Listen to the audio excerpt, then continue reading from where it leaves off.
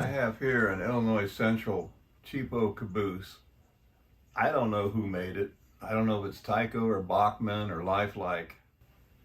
I've really not upgraded it much. It looks like I put better wheels on the back, but not the front. It has the old NMRA, some people call them horn hook type couplers. And that's what I'm going with right now. It doesn't want to re-rail for some reason.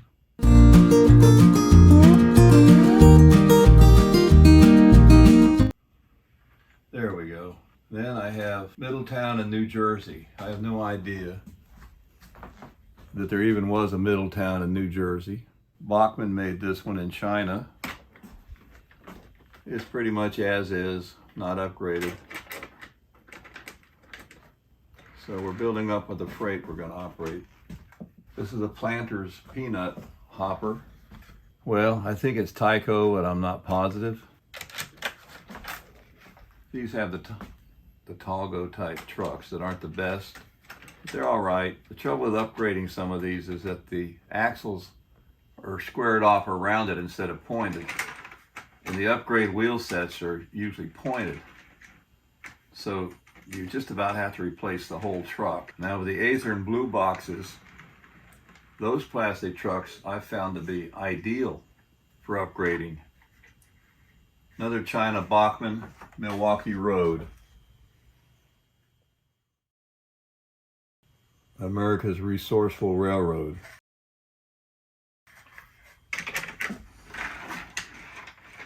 So it's just a short freight train we've assembled using the 5-fingered locomotive. Now the first locomotive we're going to try to run is a Burlington Northern. It's pretty colorful. I think I got this for free from a friend who was just getting rid of some stuff. May have been something wrong with it that I fixed. I don't know. What is it? That's a good question. It's a LifeLike. So this is a LifeLike Burlington Northern F unit of some sort.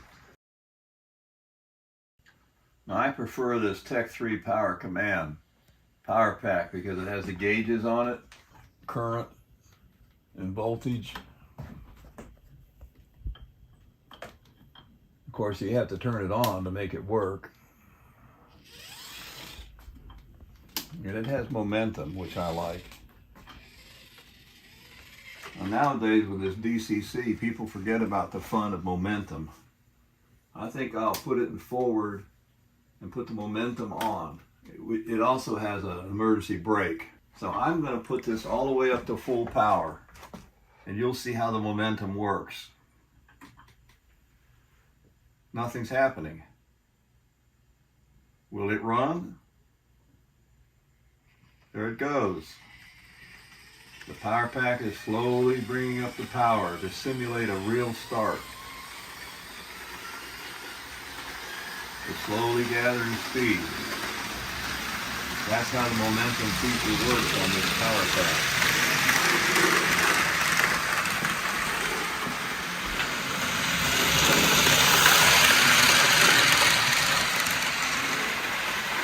Now, when I say stop, that means I turn off the power, but the train won't stop right away. Watch.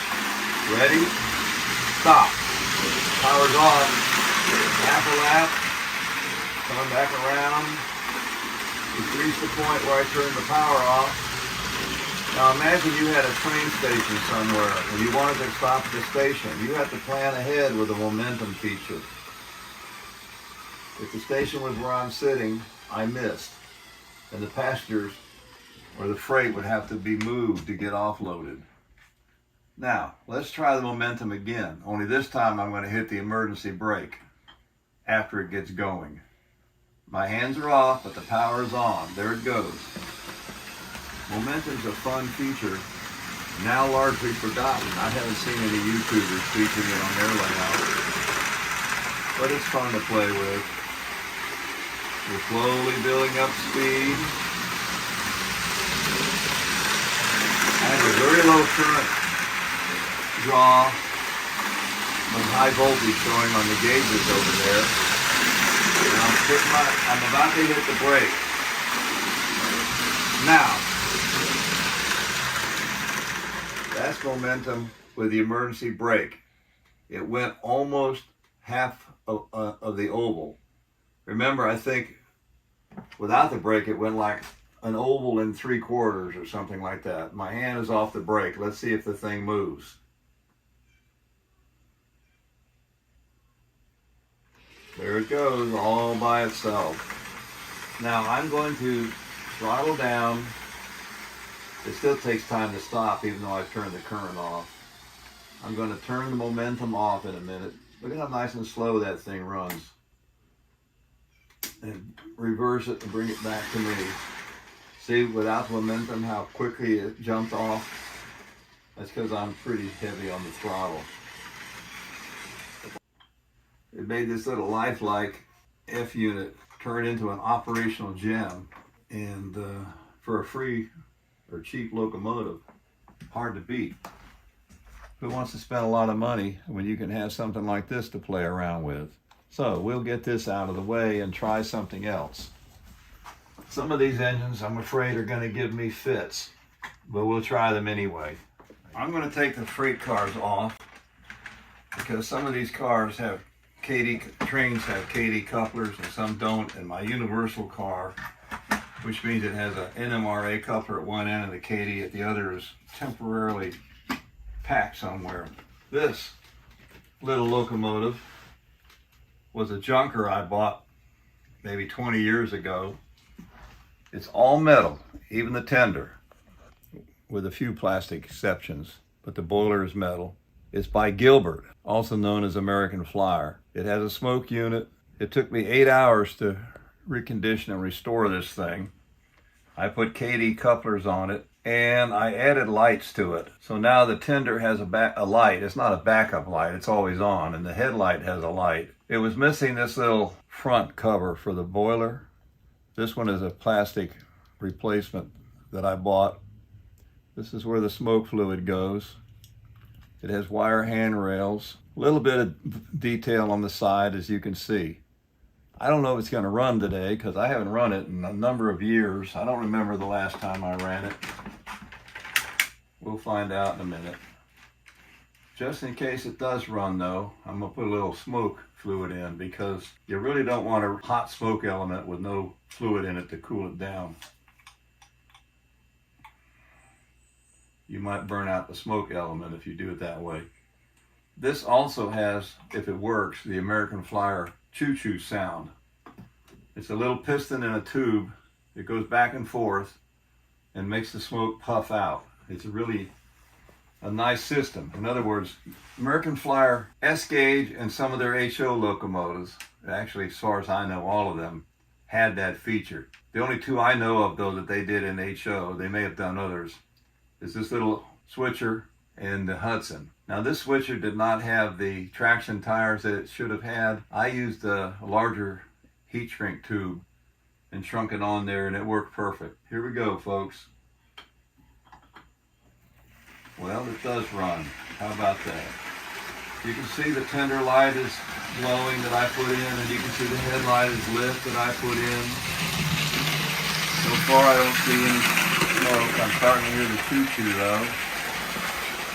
I think it'll smoke in a bit. Now that's a nice smooth running locomotive.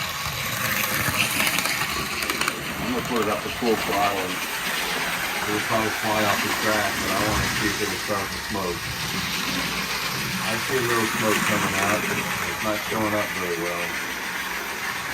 You can barely hear the choo-choo sound too. I recommend these little Gilberts.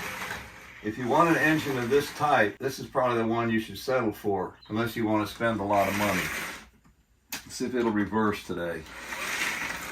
Let's try it in forward again. It won't exactly creep, as you can see. Once it gets going though, that's about the speed it'll go at. Alright, for the fun of it, let's see what happens with the momentum switch on. I will cut the power, turn on the momentum, all the way up to full voltage. Well, I'm waiting. There it goes.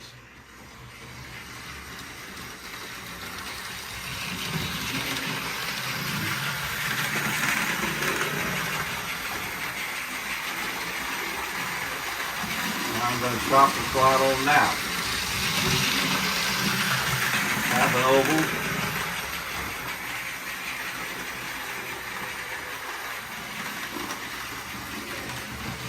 One complete oval. The oval's about 5 something, less than 6 feet. Looks like we might make an oval and a half, so if my station was here, it would almost be right. Nope, didn't make it to the station. There it goes. Okay, now we'll try a different locomotive. It's nice to know this one still runs, although it didn't smoke properly.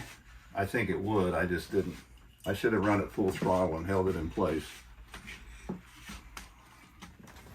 Well, folks, this is a 6096 by Marx, and it's the next up to bat. And it's a plastic tender, metal boiler with smoke. I'm trying to connect the tender to the drawbar there. Question is, it hasn't been running a while, will it run?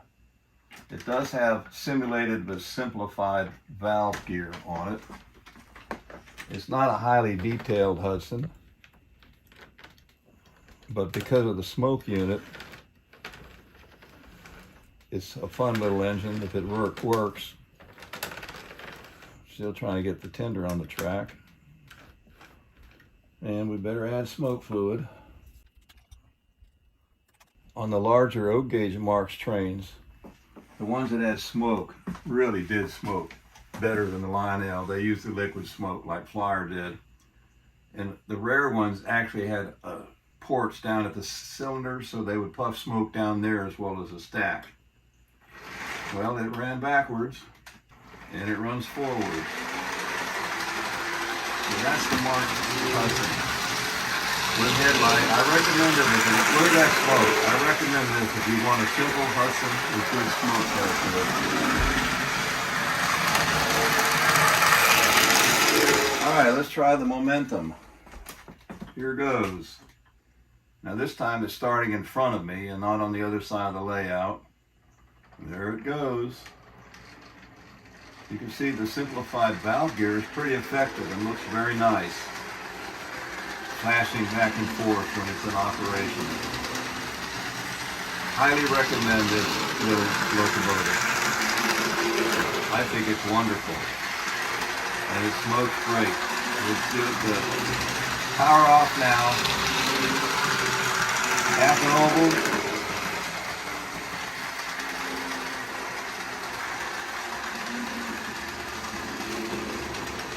Full oval. On the station, we'll see if it comes into the station or not.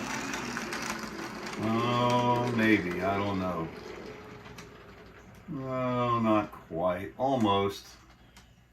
Look at how slow that works with a momentum feature. Isn't that neat? All right, we will try something else now. Next in play is a Bachmann Overland 484. I don't think it's based on any real prototype, but I'm not sure. This has proven to be a problem engine. It has a squeak, and try as I did, I could not figure out how to get the boiler off. And I looked for YouTubers that showed how to do it, and so far I haven't found one that shows how it's done. So I haven't been able to get at the squeak, and sometimes it squeaks and sometimes it doesn't. But that's not the serious problem. The serious problem is that the front truck suffers from wanderlust. It doesn't want to stay on the track. And so when it comes off, it tips over the whole engine. And of course, the third problem is old age makes it hard for me to even get it on the track in the first place. But once I accomplish that, we'll give it a test run. You can hear that front truck is still off. There it goes. Nope.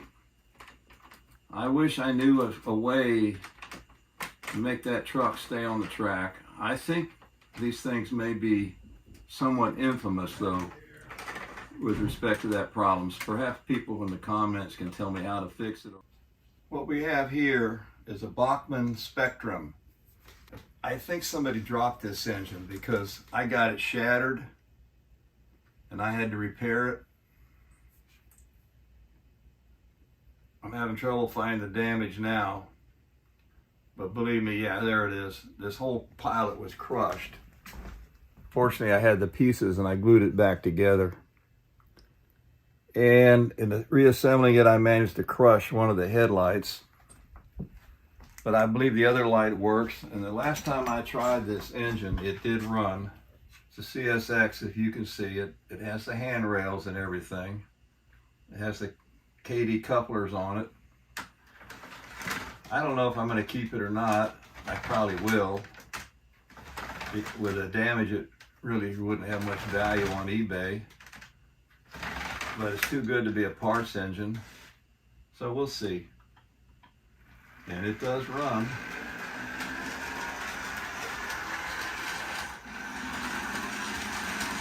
It stalled there for a minute and it stalled again.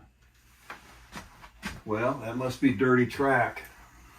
I haven't cleaned the track in a while either. And when these things stall, they always stall over here where I can barely reach. Why is that?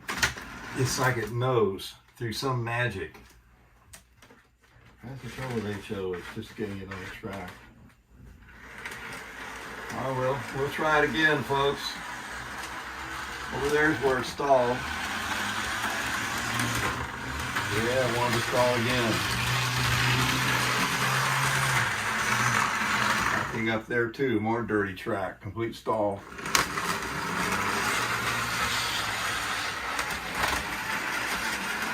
And it derails pretty easily as well. Why, I don't know. So far, this engine has been a big flop. I did clean the pickups and everything, but I must not have done a good job. Well, I guess I'll close now, but let me point out a few of the cars on this layout, the freight cars I mean. Most of these are Tycos, but there's a mixture of Bachmann and LifeLike. Over here, we have the semi-truck flat car. There's one over there too. I have two of those. Another Planter's Peanut, a long gondola. Here's the, I don't think this is supposed to have the bulldozers on, but I had to put something on it. There and there are the bulldozer cars. I think they're all possibly Tyco, I'm not sure. This is the operating cattle car over here. And we have a culvert car there. These are all originally toys. Most of these for children, not all of them, but most of them were intended to be toys for children. And if you assemble these things and take care of them, by assemble I mean collect them and take care of them, and have good quality track, they're a lot of fun. Why spend a fortune when you can get these cars for a few dollars and have fun with them? In many cases, you don't even need to upgrade the couplers or the trucks, just go with it. They were intended to run after all. Alright, so that's the conclusion of this demonstration of my HO, the two layouts that I have. This may wind up being a two-part series, but I hope you enjoyed it. Thank you.